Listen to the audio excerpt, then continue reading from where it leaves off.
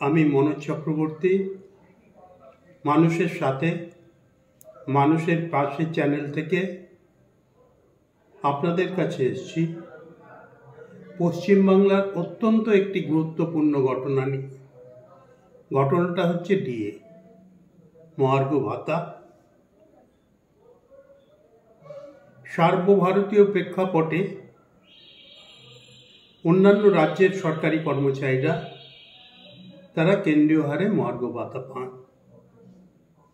ব্যতিক্রমী রাজ্য হিসাবে সবচাইতে পেছনের সারিতে রয়ে গেছে পশ্চিমবাংলা। এখানে দীর্ঘদিন ধরে মহামান্য আদালতে একটা কেস রয়ে গেছে, যে কেসটার উপরে, তার জাজমেন্টের উপরে নির্ভর করছে ডিএর ভবিষ্যৎ। ঘটনাটা হচ্ছে স্যাটে মামলা হয়েছে, সেখান থেকে কলকাতা হাইকোর্টে মামলাটা গিয়েছে এবং বারবারই কর্মচারীরা বিজয়ী হয়েছে এবং কেন্দ্রীয় হারে মহার্ঘ ভাতা দয়ার দান নয়, এটা অধিকার, এটা আদালত রায় দিয়েছে। এর ফলে সর্বস্তরের রাজ্য সরকারি কর্মচারী, শিক্ষক, শিক্ষাকর্মী, পেনশনার্স এরা আশান্বিত হয়েছিল। কিন্তু কেন্দ্রীয় সরকার স্বাভাবিকভাবেই এই রায়ের বিরুদ্ধে সুপ্রিম কোর্টে গিয়েছে। সুপ্রিম কোর্টে যাওয়ার ফলে দীর্ঘতম একটা প্রক্রিয়া আমরা লক্ষ্য করছি। 17 বার ডেটটা পড়েছে, শুনানি হয়নি। এর বিরুদ্ধে আমার বক্তব্য, সরকার একটি প্রবল প্রতিপক্ষ, রাষ্ট্রযন্ত্র তাদের হাতে, অর্থনৈতিক বলে তারা বলীয়ান, কিন্তু সরকারি কর্মচারীরা স্বাভাবিকভাবেই তারা আর্থিক দিক থেকে এবং যেহেতু তারা রাষ্ট্রযন্ত্রের বিরুদ্ধে দাঁড়াচ্ছে, তারা দুর্বল হতে বাধ্য।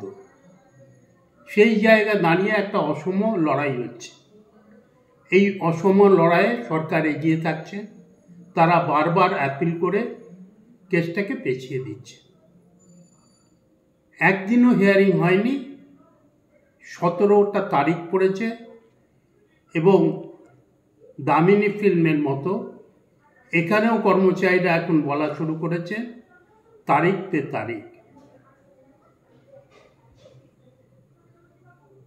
প্রধান বিচারপতি তিনি মামলাটা শুনতে চেয়েছেন, কিন্তু শোনার কোনো বিচারপতি এখন মামলাটা শুনানি শুরু করতে পারেননি।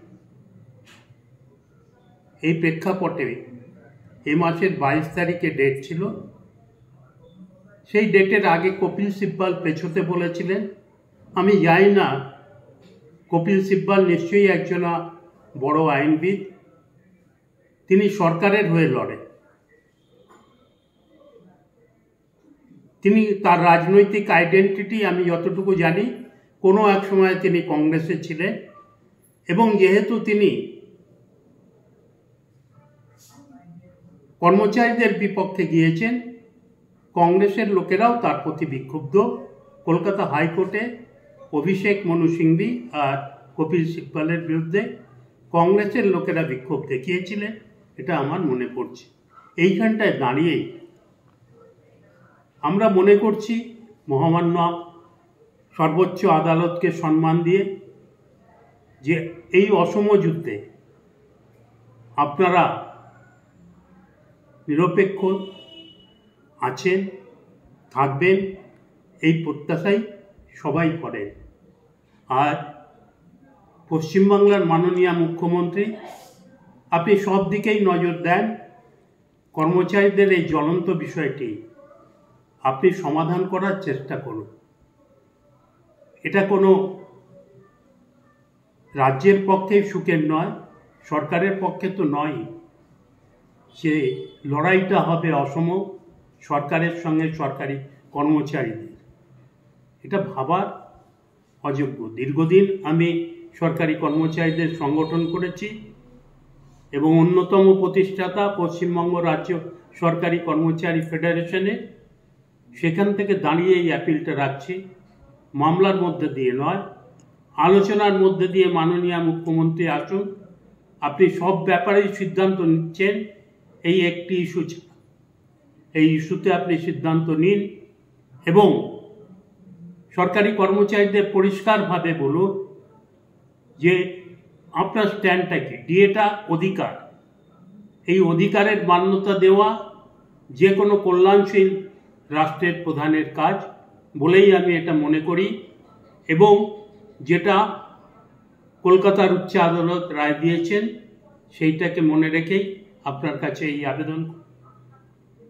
সবাই ভালো থাকবেন। যদি আমাদের চ্যানেল ভালো লাগে সাবস্ক্রাইব করবেন, লাইক দেবেন। এইটুকুই আজকে আমার বক্তব্য। ধন্যবাদ, সবাই ভালো থাকবেন।